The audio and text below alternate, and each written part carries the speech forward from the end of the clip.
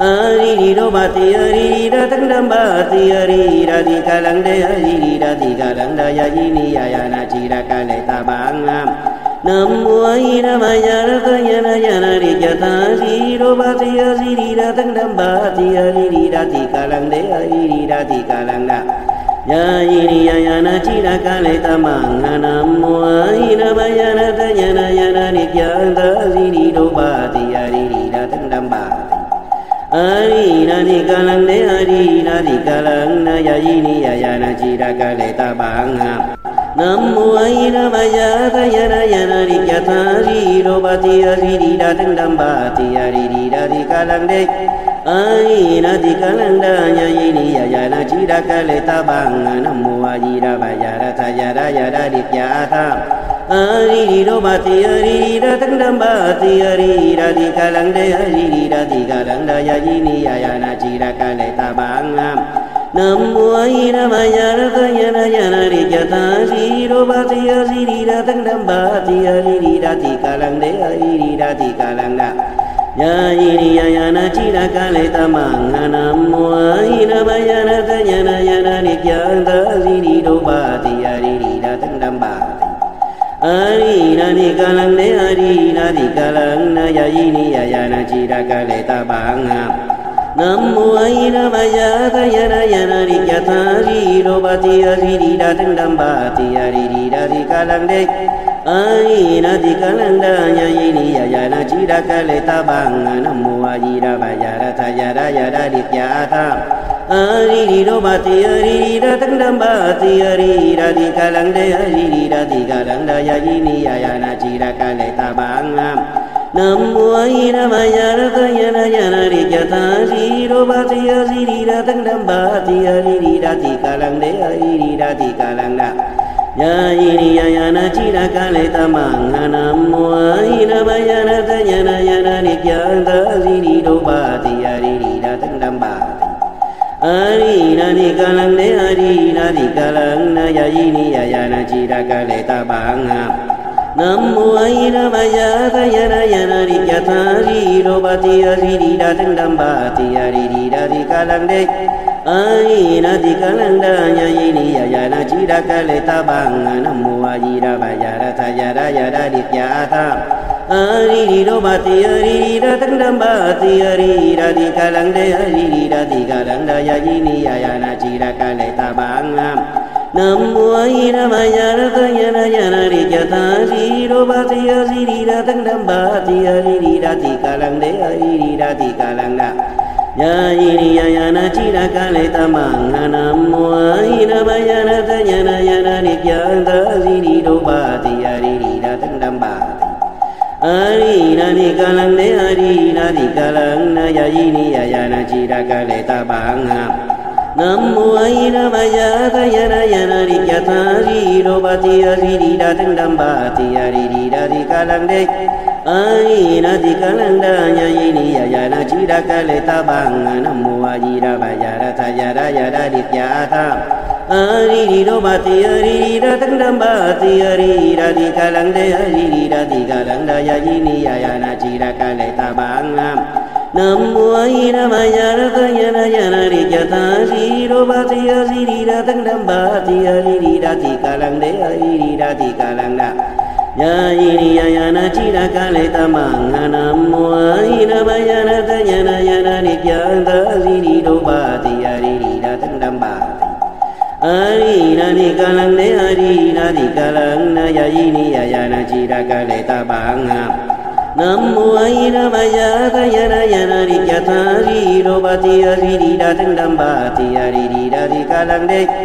ai na di kalang da ya ini ya na chi da ka le ta bang nam mô ai ra ma ya ra ta ya da di ya ta ari do ba ti ari da tang dam ba ti ari da di kalang de ari da di kalang da ya ini ya na chi da ka le ta bang nam mô ai ra ma ya ra ta ya na ri ya ta ri do ba ti ari da tang dam ba ti ari da di kalang de ari da di kalang da ya ini ya na chi da ka le ta bang nam mô ai ra ma ya ra ta ya na ri ya ta ri do ba ti ari da tang dam ba Ari Nani Kalang De Ari Nadi Kalang Na Yayini Yayana Chira Kale Tabanga Namo Aira Mayara Tayana Yana Rikyata Ziro Bati Ari Datin Lambati Ari Dadi Kalang De Ari Nadi Kalang Na Yayini Yayana Chira Kale Tabanga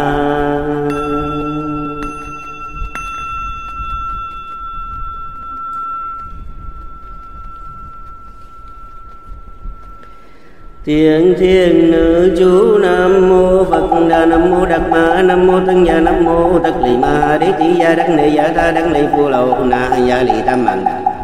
Đặc Xá Ni Ma Tỳ Ha Ra Gia Đế Tam Mạng Đà Tỳ Ni Gia Đế Ma Ca Ri Gia Ba Nế Ba Ra Ba Nế Tăng Ri Phà Đật Tha Tam Mạng Đà Tu Bắc Lê Đế Phu Lê Na Ri Na Đạt Ba Đế Ma Tỳ Cô Tấn Đế Ma Di Lặc Đế Lô Phà Tăng Kỳ Đế Hệ Đế Tỳ Tăng Kỳ Hệ Đế Tam Mạng Đà Nga Tha Nâu Đà Ra Ni Nam mô Phật Đà Nam mô Đạt Ma Nam mô Tăng Gia Nam mô Tất Lì Ma Đế Tỷ Gia Đắc Nệ Giả Tha Ba Lì Phú Lầu Na Gia Lì Tam Mạng Na Đặc Xá Ni Ma Tỳ Ha Ra Gia Đế Tam Mạng Đà Tỳ Ni Gia Đế Ma Ca Ri Gia Ba Nế Ba Ra Ba Nế Tăng Ri Và Đật Tha Tam Mạng Đà Tu Bắc Lê Đế Phú Lê Na Ri Na Đạt Ba Đế Ma Tỳ Cô Tăng Đế Ma Di Lặc Đế Lâu Phà Tăng Kỳ Đế Hệ Đế Tăng Kỳ Hệ Đế Tam Mạng Đà Tha Nậu Đà Ra Ni Nam mô Phật Đà Nam mô Đạt Ma Nam mô Tăng Gia Nam mô Tăng Lì Ma Đế Tỷ Gia Đắc Nệ Giả Tha Ba Lì Phú Lầu Na Gia Lì Tam Mạng Đà Đặc Xá Ni Ma Tỳ Ha Ra Gia Đế Tam Mạng Đà Tỳ Ni Gia Đế Ma Ca Ri Gia Ba Nế Ba Ra Ba Nế Tăng Ri Và Đật Tha Tam Mạng Đà Tu Bắc Lê Đế Phu Lê Na Ri Na Đạt Ma Đế Ma Tỳ Cô Tăng Đế Ma Di Lặc Đế Lô Phà Tăng Kỳ Đế Hệ Đế Tỷ Tăng Kỳ Hệ Đế Tam Mạng Đà Tha Nậu Đà Ra Ni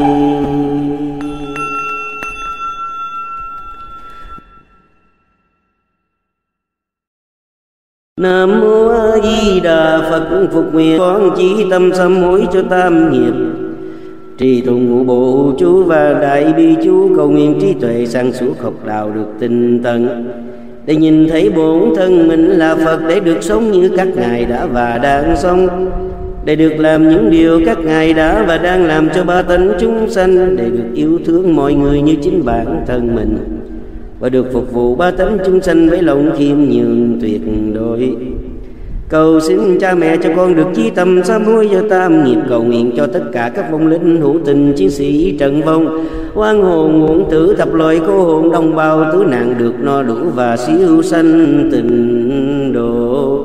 Nam mô A Di Đà Phật.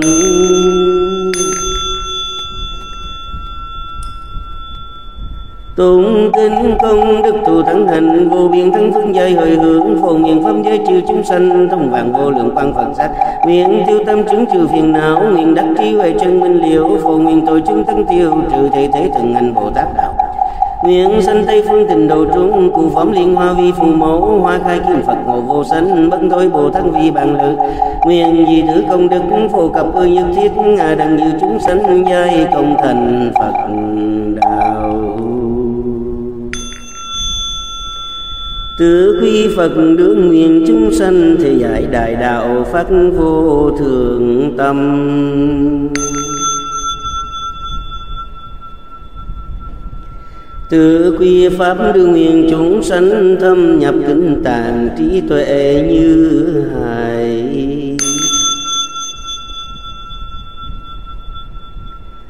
Tứ quy tánh đương nguyện chúng sanh thống lý đại chúng nhất thiết vô ngại.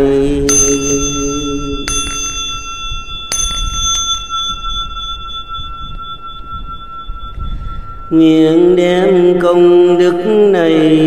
hướng về khắp tất cả đệ tử và chúng sanh